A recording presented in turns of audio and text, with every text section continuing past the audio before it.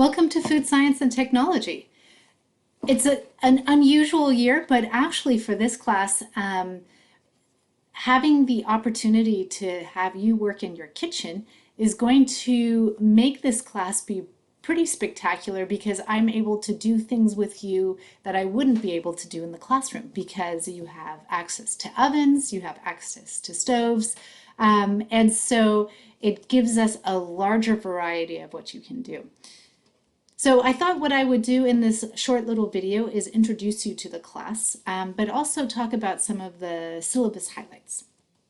So first of all, what I am trying to accomplish in this class is that you become a conscientious consumer and of food, both what you eat, but how you buy things, as well as looking at the biochemistry of how ingredients work together. And going back to that consumption is taking a look at what foods you choose and how it affects the environment and social justice issues, as well as just looking at the history of food. It has an enormous rich history that's fascinating to learn about. So it's going to be that the semester grade is based on the quarters and the final project. You do not have a final exam, and you notice that the final project is 30% of your grade and every quarter is 35%. And we'll be working on that final project already pretty close to the beginning of the school year. So how are your grades going to be determined? There's going to be homework, labs, projects, and there are going to be tests. But if you take a look at the tests, they're only 10% of your grade. All tests are tests you can retake, and you can retake them as often as possible, or as often as you like, given a certain period of time. And you'll see what those tests are. They will certainly be easier to test in the classroom. So we'll see if we get into the hybrid model, whether or not we'll use that. So as I had mentioned for the goals of the food science and technology class, it's really having you leave with hard practical skills that allow you to personalize your own lifestyle based around food that's both healthy for your body, it's healthy on the wallet, and it's healthy on the environment. And that will look different for every person.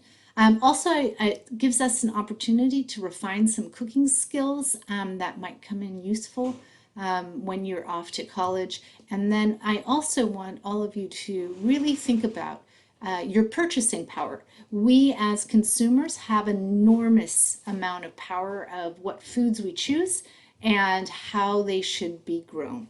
And just to have you recognize that power so you are conscientious in what you buy. So what do you need in this class?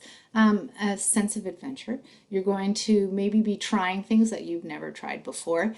An open mind, and that means in terms of open minds, not only trying new foods, but also being open-minded to this wealth of cultures and history that have explored food and also have perfected food. I'm going to ask that you have a notebook, and that's something where you can actually take notes that you keep with yourself, including recipes, including tricks on how to choose fruits and vegetables. And then you have your two textbooks, The Gut and Omnivore's Dilemma. And then as well, I'd like you to have access to a kitchen. So what will you be doing in this class? You're going to be doing lots of reading. You're going to be tasting and smelling. You're going to be discussing ideas in the actual chat rooms that we'll be doing. We'll be experimenting with food and cooking. So a good part of the class, at least maybe once every 2 weeks, if not more often, we're going to meet in our own kitchens and we're going to actually do some cooking. And actually, maybe I should have it be more precise. We'll be doing some experimenting, and of course we'll be able to taste it.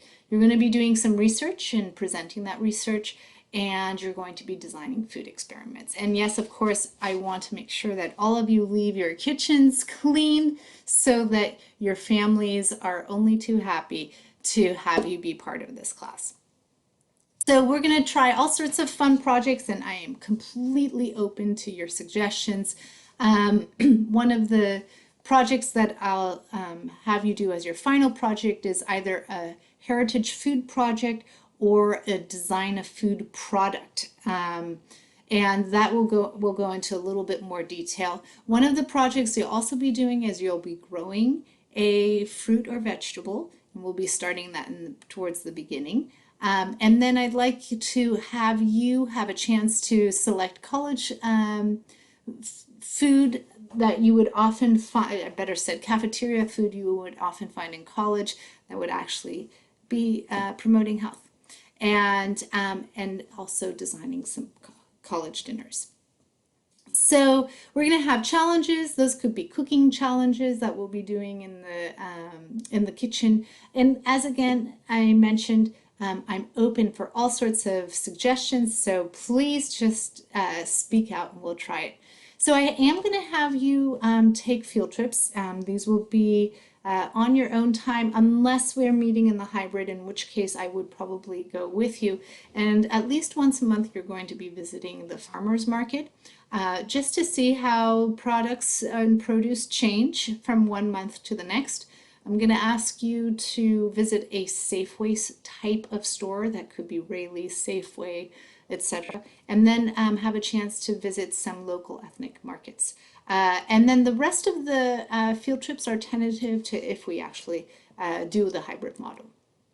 So here are the exams. You'll notice that the exams are not very much at all like the exams you have in other classes, but are practical exams. So if we go into that hybrid model, you're going to have an opportunity to become familiar with spices, because the skill of actually smelling and seeing a spice and knowing what it is when it's not labeled has been very helpful. We'll do that with herbs as well. When we work in the Tenderloin community garden, it'll give you a chance to observe what sort of plants are growing at different seasons and what the plants are. And then we're actually going to do some exams where you are going to be doing some skills in the kitchen that are ones that you probably will be using often. And so, so that will be also one. And then also how to properly choose fruits and vegetables. So in the cases of oranges, do you want to have a light orange or a heavy orange? And what should the skin look like? All those things so you can optimize and choose the best fruits or vegetables. These overviews of food, we're going to, regardless of how you select your food interests, you're going to get a survey where I'm asking you what you'd like to learn. The first two units are pretty concrete. We're going to explore the science of taste so that you have an understanding of why you're even more or less attracted to certain foods. And then we're going to look at the food and industry and how agriculture has evolved. And then from that point on, it's going to be more or less based on student demand. So with that said, I look forward to an amazing year. I do have to say, for us, we are at an advantage in that we do have access to our kitchens. So we're going to make the best out of that situation. And it's all about this class being hard skills that really you can apply in the real world in your life. And so I am constantly going to ask for feedback and ideas that we can. And I realized after I was so excited about wrapping up the year that I also, and I know this says, let's exit.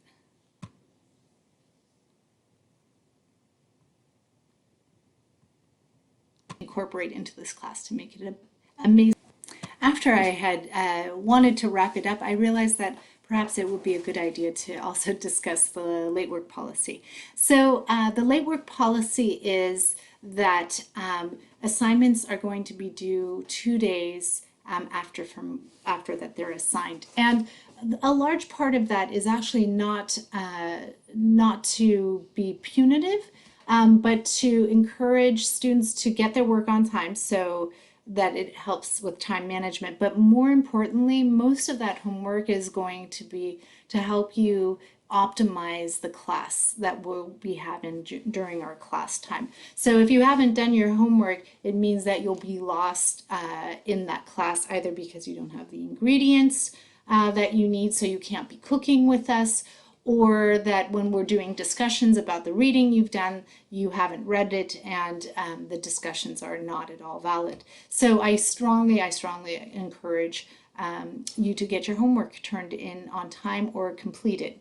Now, having said that, with the times of the pandemic and all of us being in unusual learning situations, it means that some of us just cannot finish our homework. And I completely recognize that that is going to be something that's going to come up. And so as a result, I want to have us work as a team.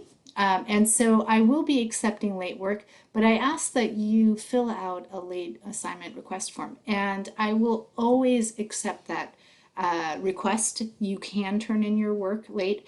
And I ask that you actually are really honest with the answers of why it is that you couldn't complete the work. And an honest answer could be that you just didn't feel like it, or you just could not get motivated to do that. That's okay, because that happens, and it will be accepted. You can turn in your work late at the end of the week, and I'll tell you exactly what day that's going to look like. But if I don't hear any communication from you, it is a 0. So having said that, it's all about us working as a team so that you can make the most out of this class and have these assignments not be a task that you don't want to approach, but that you can, so you can optimize the class time. And I am always open for suggestions and what you would like to do, and I will be doing plenty of surveys throughout the whole class to guarantee that it's not going to be too much. All right, look forward to a great year. In class. I look forward to the year.